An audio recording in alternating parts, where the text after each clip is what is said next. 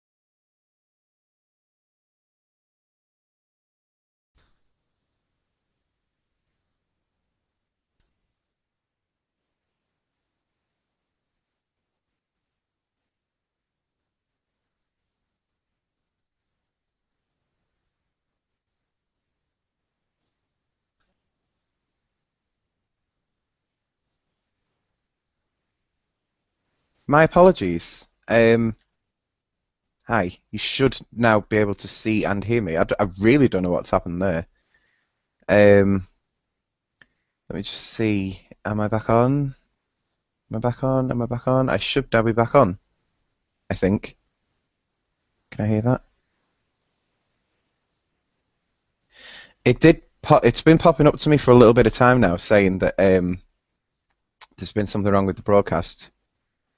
Oh, there you go. It's back on. Right. Okay. So let me bring you up to date a little bit on that one. There is a new thing that I've managed to find, and it is supposed to help with me being able to read comments that are done on YouTube, and this should now come through to me on Google Plus. Because apparently this broadcast is done through Google Plus, but I'm not too sure where. Like I tried finding the link for it before, could not find it for the life of me. So there is now a thing, and I can also do this, which is really, really cool. So if someone comments to me on YouTube, I can now press this button. That's a comment that I put on before.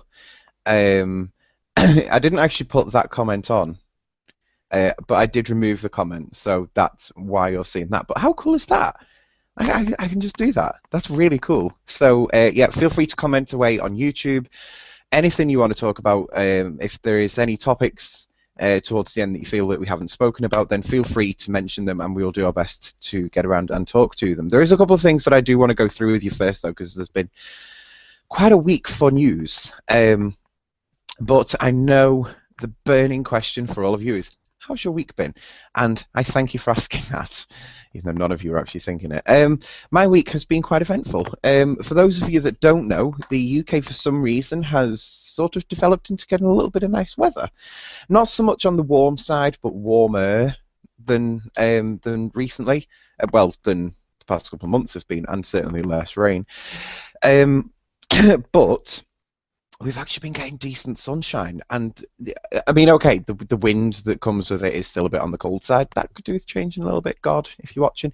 But yeah, like if you can actually get just in the sunshine, it is really nice and warm. So I'm quite happy because it's for me, it's a signal summer is on the way, and summer being on the way just makes me really, really happy. So I'm made up with that. Um, and yes, so of course that led to on Sunday. It was Mother's Day on Sunday here, and we Me and Trey went off to my auntie's, and we met up with a load of family, and he basically spent the whole day in the backyard running around with this other dog that was trying to dry hump him and everything like that. It was a little bit on the crazy side. I'm not going to lie to you, but it was really, really good. We had a really nice day, and it was all out in the sun, which is even better, because that's what I like to do with my thing. Like during the winter, I'll kind of spend most of the time inside, kind of like hibernating a little bit, just snuggling up to the radiators, that kind of thing. And then during the summer, I love to be out and just, go and find all these places and just go and have cider. I seem to drink quite a bit during the summer. Well, I drink a bit during the summer anyway, but I drink a lot of cider during the summer. I guess it's my summery drink. That's the only way that I can think of putting it anyway. Right, okay, so let's go on to the first topic, which is gay marriage. What a topic that is. And of course, you would expect me to be jumping for joy at the news that gay marriage eventually in the UK, for those of you who didn't know about it, has been fully signed off. It is fully implicated. It is in law for people of the same sex to now get married. Brilliant news. I'm not going to sugarcoat it in any way. It is really good news. It is what we've been calling for a long time. And it's about time that we got it. And, we're sort of catching up now with the likes of Spain and certain states in the US, Canada, that kind of thing. And that is really good. Don't get me wrong. But there's still problems to it. I'm not going to lie to you here. A lot of people now, I think like ahead, we're going to have a bit of a problem here because while the right for same-sex marriage has come in, there are certain things that haven't changed. And this goes back to like laws from years ago that really need updating, and it's to do with the more of the divorce side of same-sex marriage. Because let's face it, there's going to be quite a few divorces. But basically, what the law states at the moment for grounds for divorce is what needs to be mainly updated. Because one of the laws I remember reading about is if your partner cheats on you with a person of the same sex, that is not grounds for divorce, and that actually still stands for same-sex marriage. You can kind of see a little bit of a failure here, can't you, really? There is other grounds for divorce that you would be able to divorce someone on, blah, blah, blah. It's complicated, but it really needs bringing up to date. So that is our next battle, to bring that through the UK Parliament, get it done through the politics and all that kind of stuff. But I kind of think a lot of people are just thinking, well, the battle was just for same-sex marriage. And it's like, well, actually, no. That was part of the battle, but the rest of it now needs to be dealt with before we can actually put it in a box and go, okay, that one's dealt with, on to the next pile of shite. So I am happy about it, but I'm also kind of thinking there's a lot of work to be done. And to be fair, I'm not doing most of the work, so that's fine. The other thing that I was going to mention about the gay news is kind of how the media reacted to it over here in the UK. One of these kind of LGBT news feeds is done by a company called Pink News. Now, Pink News is kind of, it's okay. At times, it's more like a blog for people, and kind of, I don't know, some of the things that I've watched Pink News report in the past, it's just been a bit like, well, that's not really gay news in any way. You've just seen that on the BBC, haven't you? And now you're putting it on the website, and you think that that's news. But the founder and I don't know what he is, manager, whatever, Benjamin Cohen, on the day that we got same-sex marriage signed into the UK, and that was, I don't know how you describe it, like Friday night? Like at midnight on Friday night, so Saturday morning, technically. He did this post thing, and it was about how, he wanted to thank certain people and everything like that. And when you read it, and you're like, hang on, you're doing an acceptance speech here. Like, who the fuck are you? And he was saying that, or I think it might have actually been Pink News itself, said that Pink News was the driving force behind it. And you're like, hold the fuck up. Like, and I did do a big rant about this on my Facebook page, for those of you that have got me added as friends, in basically saying, do you know what, actually, the reason that we have same-sex marriage in this country is because it has been brought in um, by MPs. Like, the public didn't get to vote for this. Um, Same-sex marriage, the bill that got accepted into Parliament and talked about last year and everything like that, had been put in kind of the lineup to be spoken about in Parliament and got rejected over and over and over again. There isn't any two ways about it. It's that's the truth. You know, the Houses of Parliament in the United Kingdom rejected the same-sex bill over and over and over again until more states in America started accepting it. And then they accepted it over here. And that's obviously what you saw last year, where they debated it and then they voted on it, and then it went through to the House of Lords. Yes, House of Lords. Voted, debated, loads of homophobic comments in there. And then, if I remember rightly, it went back to the House of Commons for something, the final vote. And then it went forward to the Queen, who had to sign it. She signed it like the day after or something like that. And then obviously it takes quite a bit of a while just to filter through into actual law, which is what we saw the result of on Friday night, Saturday morning of last weekend. So to say that Pink News is anything to do behind this, it's really not. They are really wrong for putting that out there, because that's just not the case. So yeah, we now have same-sex marriage in the United Kingdom, and we still have quite a bit of work to do with it. So, yay that. There was a bit of news that is kind of still breaking news over here in the United Kingdom at the moment. I'm not too sure how many of you guys have seen this already, but all the hospitals in the United Kingdom have been put on high alert for Ebola. What a joy. If you don't know what Ebola is, it's basically a virus which causes the Ebola virus disease. Isn't that great? Which is also called EVD. EVD outbreaks have a case fatality rate of up to 90%. EVD outbreaks can occur primarily in remote villages in Central and West Africa near tropical rainforests. EVD outbreaks can occur primarily in remote villages. Oh, I've just read that one, haven't I? It has actually put the same thing on twice. That is not my mistake. That is on the website twice. The virus is transmitted to people from wild animals and spreads in the human population through human-to-human transmission. Fruit bats are considered to be the natural host of the Ebola virus, and there are no specific treatments or vaccines available to people or animals. We've been put on high alert for it because there's getting to be a few more cases of it or something like that, and they're saying that it's unlikely, but it could spread out to the United Kingdom, which is joyful, isn't it? And they're saying that there was a thing I listened to not that long ago, and it was a fella saying that he was... What was he doing? He was something, and there's a hospital in central London which has got this treatment room available. Basically, I think he was going there and die. But yeah, so they are working on it over here in the United Kingdom. So of course, the other thing with that is what are the signs and symptoms to look out for? And if you get like a number of these, then just go straight to hospital and the morgue. Basically, there is the sudden onset of fever, muscle pain, headaches and sore throats. You've not got more than one. I just put the S on. Vomiting, diarrhea, rash, impaired kidney or liver function. Don't really know how you're going to know that one. And in some cases, both internal and external bleeding. So if you get like a number of them, then take yourself off to hospital. I mean, it's unlikely that you're going to actually come into contact with it unless you've actually been over to like West Africa or, you know, one of these places where it is where it is active, should we say.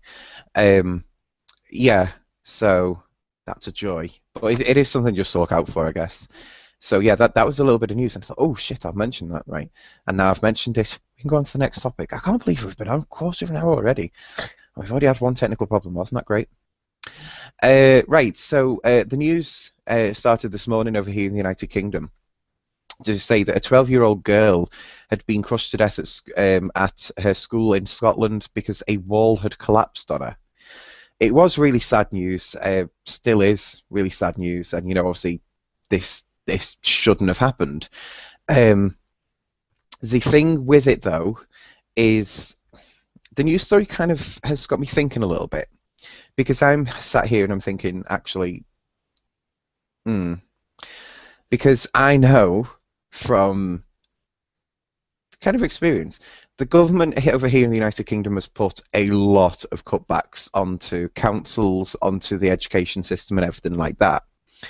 So part of me was thinking, and other people who are watching this might well be able to join me on this train of thought. I don't know, but part of me was thinking, have they left kind of have they taken out, should I say, too much money from the education system, which is leading to buildings getting to the point where you notice a crack in a wall, and as much as you can report it, the council get back to you and they say there is no money to fix it.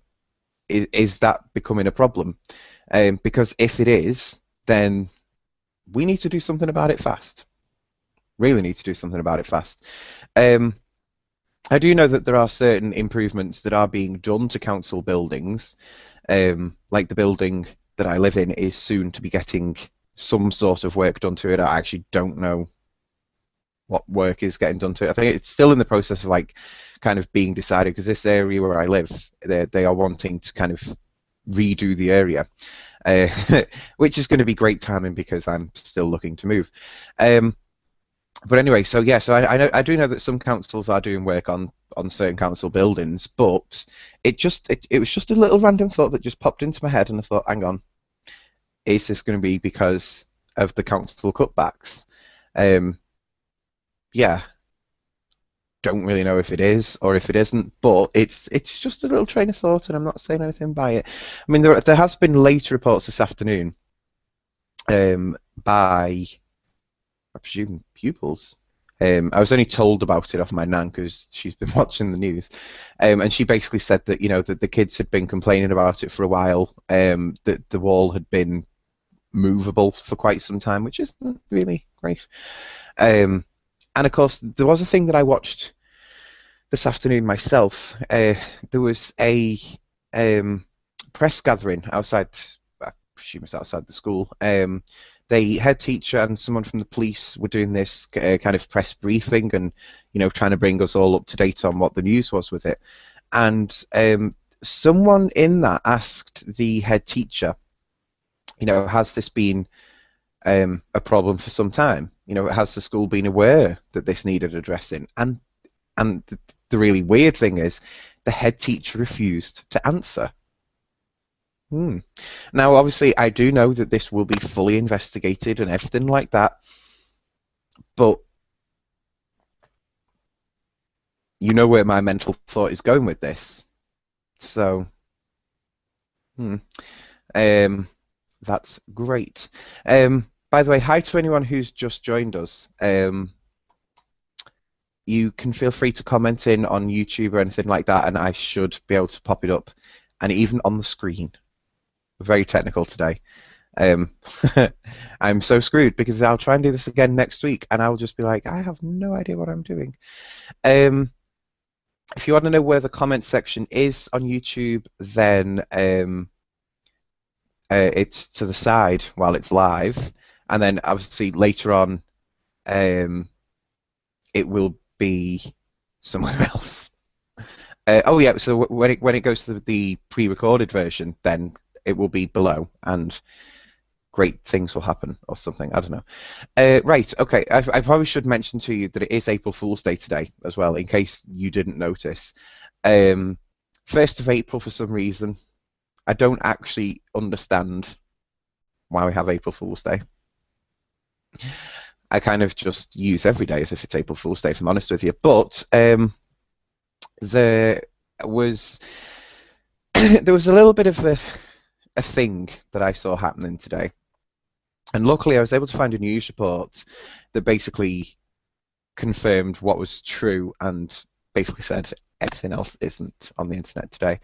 And actually, it was really interesting because there's been quite a number of drastic changes in certain things that have happened, and it's on April Fool's Day. So a lot of people could be reading it and thinking, that's really funny, and then the day after, and it's like, no, that's actually reality. Um, so I have put it down to be spoken about in just saying that it's a really good way to hide really bad news for people. It's because, put it out on April Fool's Day kind of softens the blow a little bit. So, of course, what was the news that the people in the UK got today? For most of us, our water rates are going up by an average of 2%, unless you live in certain parts of the southeast of England, in which case you will be getting a 3% reduction in your water rates. There's been a massive change in in some government departments, like the Office of Fair Trading is no longer kind of trading as such. They have set up a new government department, which is supposed to be the combination of two departments, and it's gone into one. And people should know that I don't like it when they merge government departments because it just leads to trouble. Prime example, the Department for Work and Pensions over here in the United Kingdom. That's in charge of dealing with the pensioners, the pension funds, everything like that. Huge task. And now it's also in charge of the job centre in the United Kingdom, getting people into employment. Yeah, two huge tasks that I personally think actually require separate departments, separate heads of departments, separate staff, separate fucking computer systems, separate everything.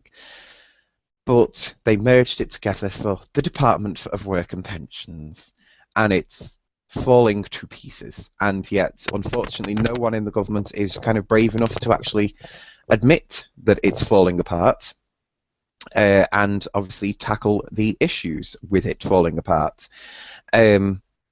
So that's a lot of fun. I can't remember what the name of this new department is. It has got a name. I will have to find that out at some point. Or if anyone knows, feel free to use the chat bit. Yeah, that's great. Let me have a little look what else is on my notes here to talk about. By the way, if there is any topics that you guys want to talk about, because we're sort of coming into the last little bit of the thing now, well, you still got over half an hour to go, but if there is any topics that you want to talk about, feel free to put it into the chat bit, and we will get the debate started on that. That is fun. One of the other things that I was going to mention, I do know that this has made news throughout the world, is that the Hillsborough inquiry is now kind of starting up. Yesterday's news, I think it was that the jury had been selected. And obviously now there is the outlines of what is going to lie ahead, and this is what actually could be quite a long case. There is no way around it. For those of you that don't know what happened with Hillsborough, like you just hear it, you're like, oh, what's that about? Hillsborough is, in United Kingdom terms, the worst, or kind of the name given to the worst sporting disaster that we've ever known. 96 people lost their lives. They were crushed to death at the Hillsborough football stadium. And while what happened on that day has had kind of positive impacts and caused positive change, there is a lot of negativity that goes around with it. If you want to see the full thing of what happened with Hillsborough and kind of be able to get a sort of insider kind of story going along with it, there is a really good documentary that's on YouTube.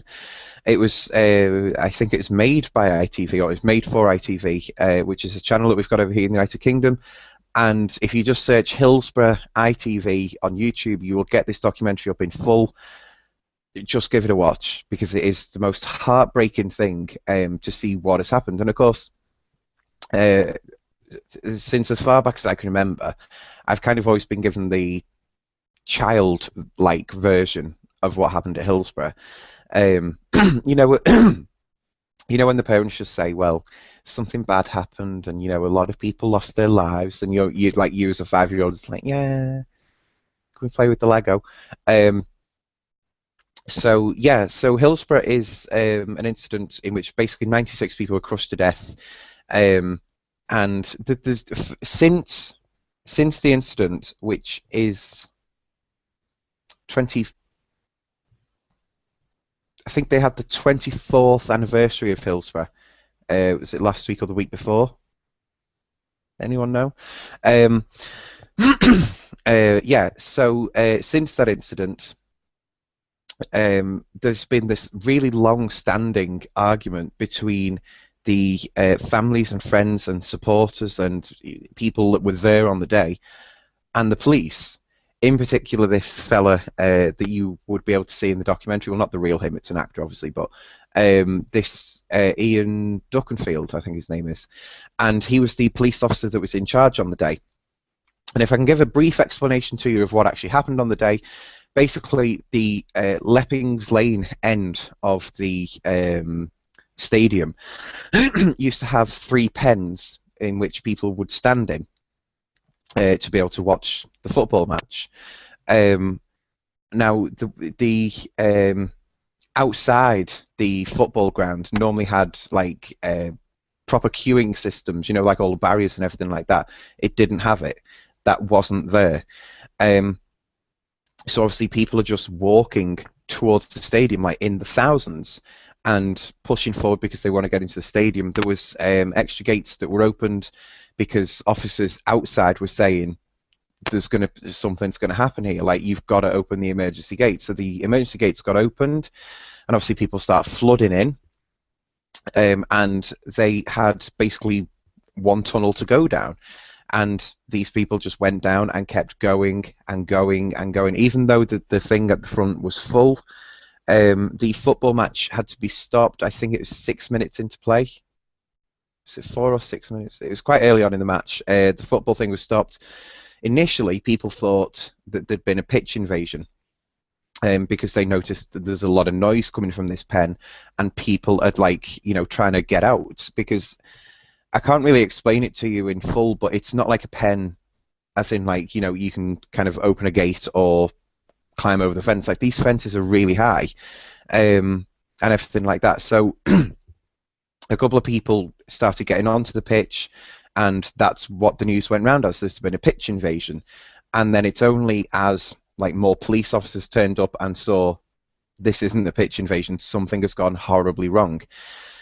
After the initial incident itself, there was a lot of drama that went on. Like, the police took the people's bodies and claimed these bodies as their own. The families and friends were refused access to what was made as sort of like a temporary morgue type thing. It went to an initial, is it an inquest or an inquiry? It's one of them. But it went off to that in court, where the judge had said that there was a cut-off time, and basically this was the time. Oh God, what was it now? Is it 4 o'clock or something like that? And basically, he said by that time everyone was dead, and this is the argument of the family and friends, because they weren't dead. They could have been saved, but ambulances and ambulance crews were refused access. So basically, they couldn't save people. It was a whole massive incident, and the inquest basically just said that it was accidental death, and it was left at that. Government after government, campaign after campaign, there has been loads of stuff done over the years, and everyone's just been ignoring it, in just saying, do you know what, the incident's happened, move on from it. And of course, if it is one of your friends and family that was caught up in it, you're not going to want to leave that, because you are going to want justice, which is where the campaign comes from. If you've ever heard of it, Justice for the 96, heavily associated with the Liverpool Football Club team for the obvious reason, because it's 96 of their fans that lost their lives on that day. So now, was it last year or the year before, the current Prime Minister of the United Kingdom did a speech in Parliament basically saying that it will be looked into again, and blah blah blah. There was failings on the day, blah blah blah. Well, eventually the time has come around now, pardon me, for it to actually go through the legal system again and be really looked into.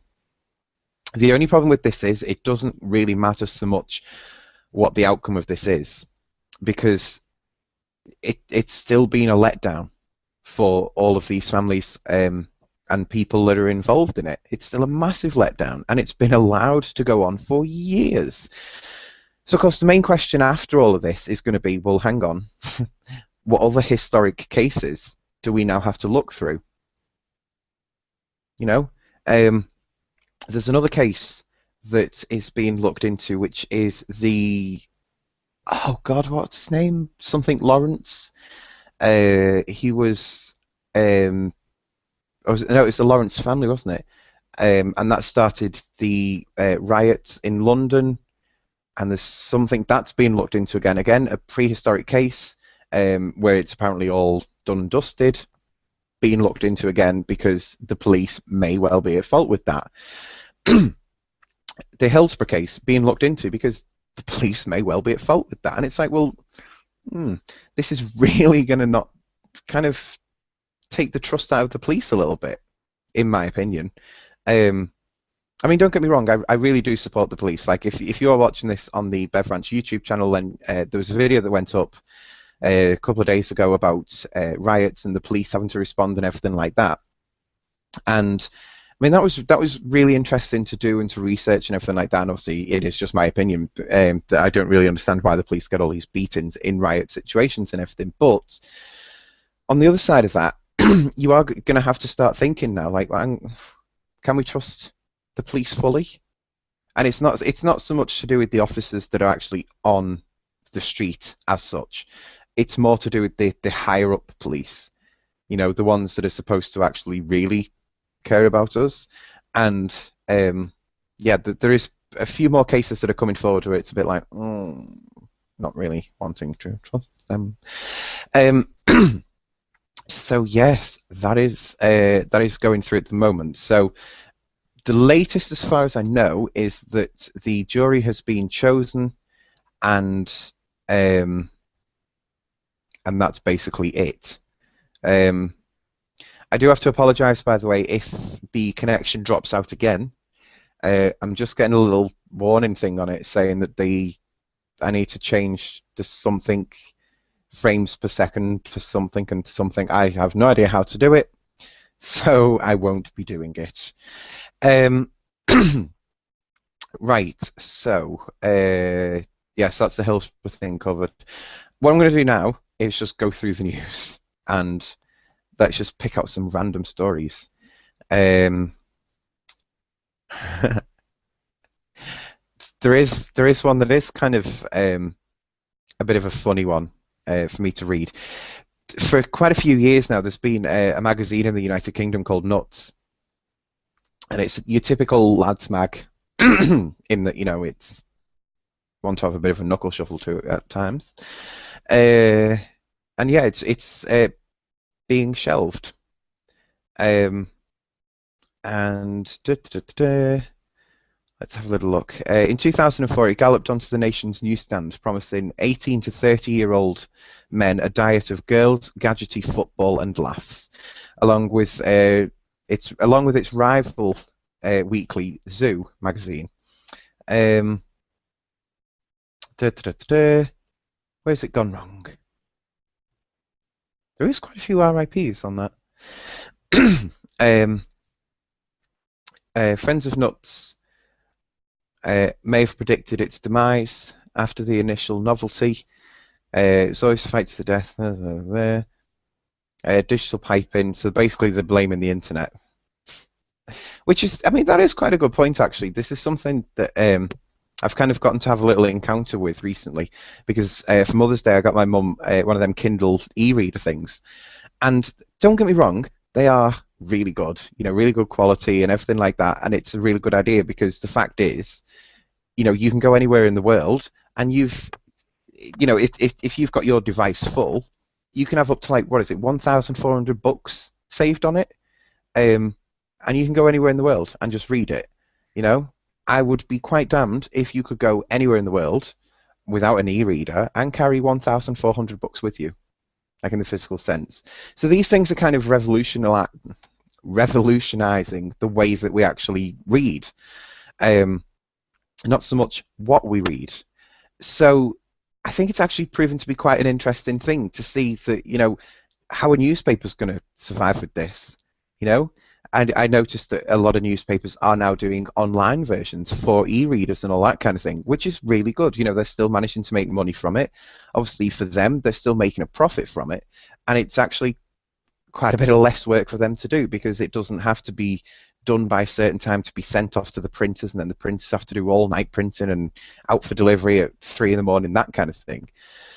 Um, it's just really, really good. So yes, it is really interesting just to see what is going on with this. Kind of a new era thing. Um, this this is going to be a really interesting story. Um, do gay people still need gay bars? This is something that I have actually spoken about a couple of times now. I can't remember if I've spoken about it online.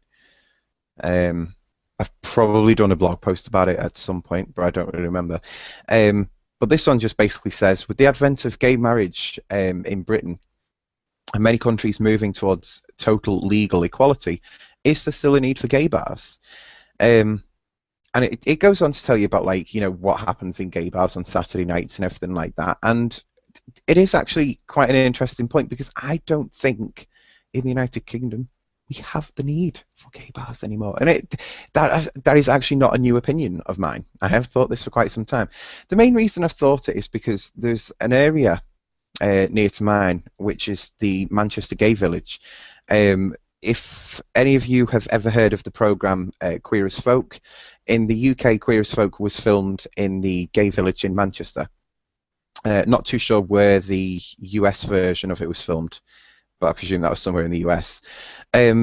Basically, the Gay Village in Manchester actually has quite a really good history to it. Like, there is one pub called New Union, which is at the very top of the street, and that I got this right. I think it's sometime in the 1960s. The owner or the landlord of the pub was arrested and sent to prison for owning a house of ill repute. And obviously these days, that's kind of moved on a little bit. And modern day speaking, in modern day terms, I don't actually think that we have kind of a need for gay places, if I'm honest with you. Don't get me wrong, yeah, still have like gay support groups and everything like that. Keep the kind of LGBT group alive. But for most gay bars, there isn't really a real need for it. I mean, if we look at the reasons why we had them years ago, take a look at the what's the name of them? The riots that happened in New York. Stonewall. Stonewall was, if you look before the riots at what Stonewall, the actual bar, was used as, that is why we have gay bars, or had, should I say, because it was a safe haven for these people to go. And yeah, okay, they used to get targeted by the police a lot. There would be raids. A lot of bad stuff would happen in these gay bars, but it was a safe place for people to go, to hang out, to be able to hold hands with their partner, that kind of thing. So yeah, we did have a need for gay bars years ago, but obviously, as the news article said, we are moving forward now into a society where we are more accepting of people of different cultures. Not quite there yet, but we don't have cafes or pubs or bars or anything like that where black people are kept separate from white people, and we did have that years ago. But then we kind of accepted like the whites accepted the blacks and all that kind of thing, and we kind of didn't really have a need for them anymore. And I don't think we have a need for gay bars, if I'm completely honest with you. And actually, I think I think it is actually a growing number of gay people that are saying now, well, do we really need it? Particularly in the Manchester area, where it is quite a hot topic debate at the moment, because the area is now getting kind of renowned for trouble. There is not so much gangs of people hanging around there, but you do get, more violence than you ever used to. There's a lot of crime happening in the area and that kind of thing. And it never used to happen there years ago. I remember my first trip into the gay village, and you did feel safe. You felt really safe. And I never saw any violence or anything like that. And these days you go down and quite guarantee you will see a hen party, quite a few hen parties actually. You will see stag parties, um, which up until like last weekend would have only been for straight couples. Um, and they kind of go in, and it got to a point where you'd be in a gay bar, and if you kissed someone of the same sex, you would be watched by these people. And it's like, well, hang on, they've come down here just to basically kind of have a look at the freak show, and that's it. Um, don't get me wrong, some of the gay bars are really, really good. You have really good nights in them, but do we have a need for them as such these days? And I don't think we do. Really don't think we do. Um, so it is a really good question, and if you are watching this live and you have something to say, then feel free to comment it into the box on YouTube. Um, or if you're watching this even later on, then feel free to leave a comment, and we will look at it and laugh. Um, oh, that was another good one. Um, for quite a while now, I don't know what it's been like in America or other parts of the world for this, but we've had this thing of 5 fruit and veg a day. And it's supposed to be really good for you, and it'll help you out in your health system and everything like that, and it'll be really good.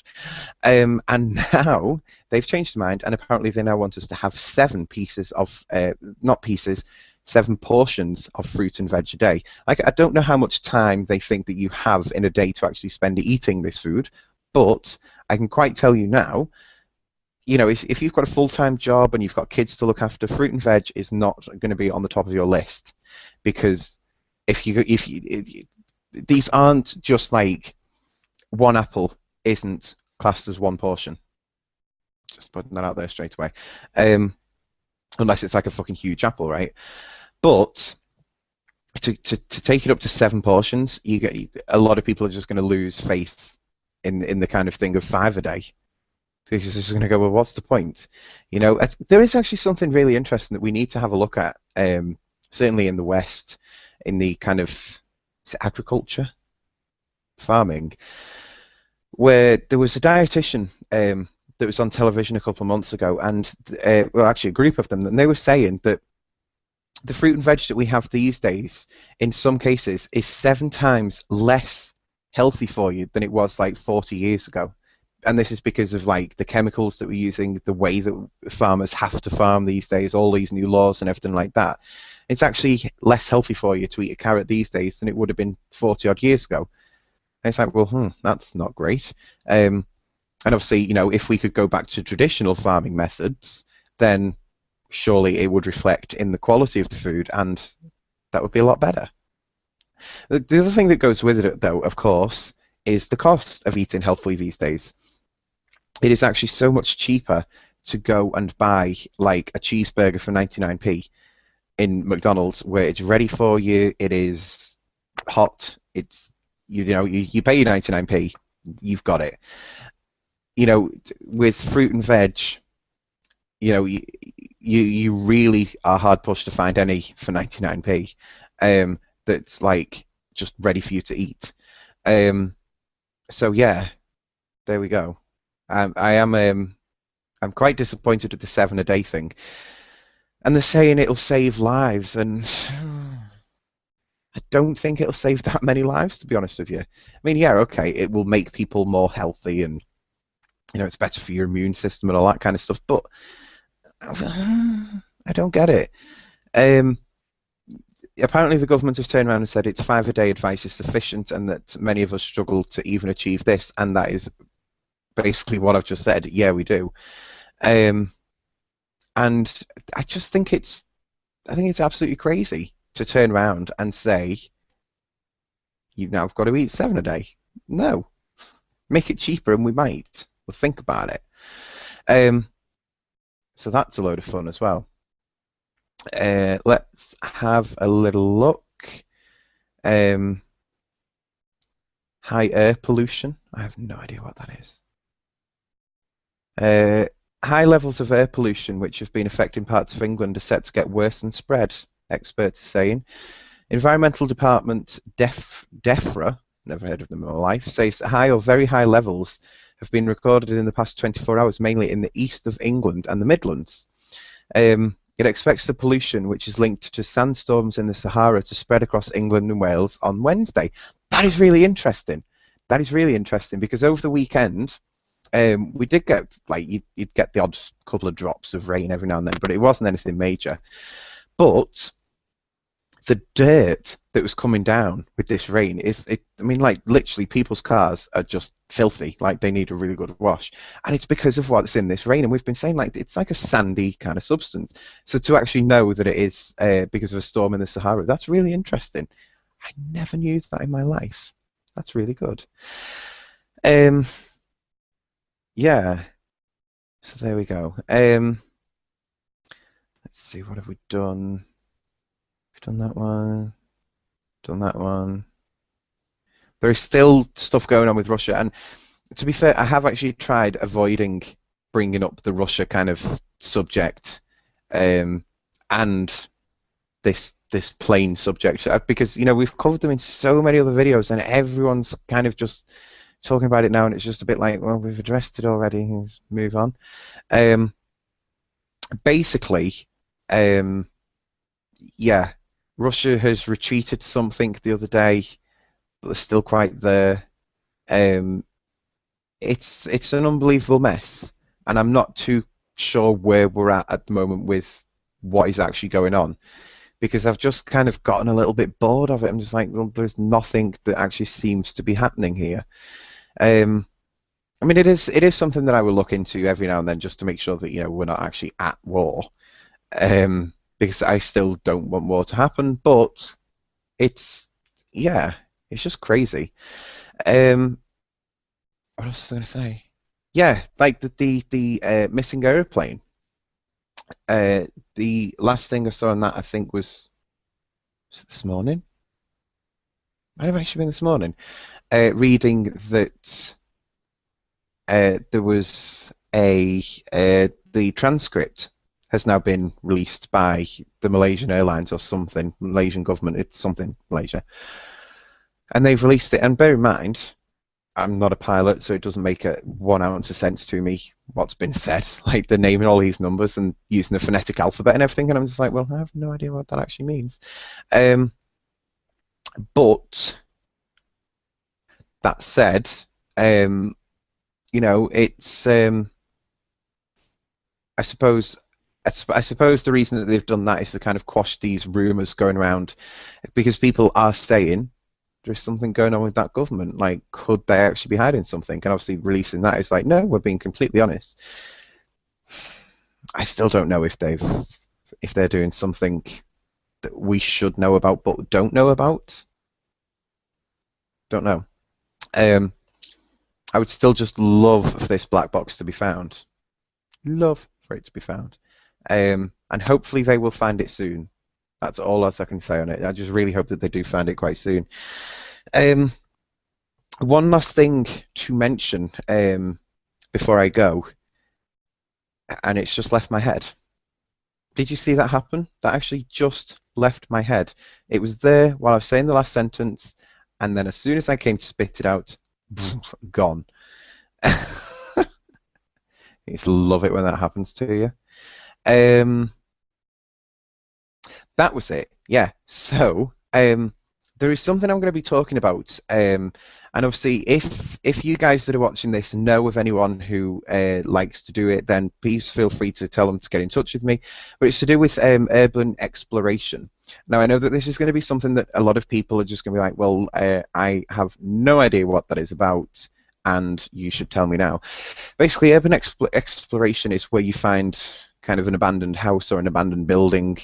Even better if you can find an abandoned mental hospital. They are fucking brilliant to go around. But so basically, you go around it and you basically explore, and it is so really interesting. Like there was one I watched the other week. Uh, when was it? It might have been Thursday night actually. I can't remember. But it was about a I want to call it a town in America that has had a fire burning underneath it for over 50 years now. Yeah, a fire burning for over 50 years underground as well. Isn't that great?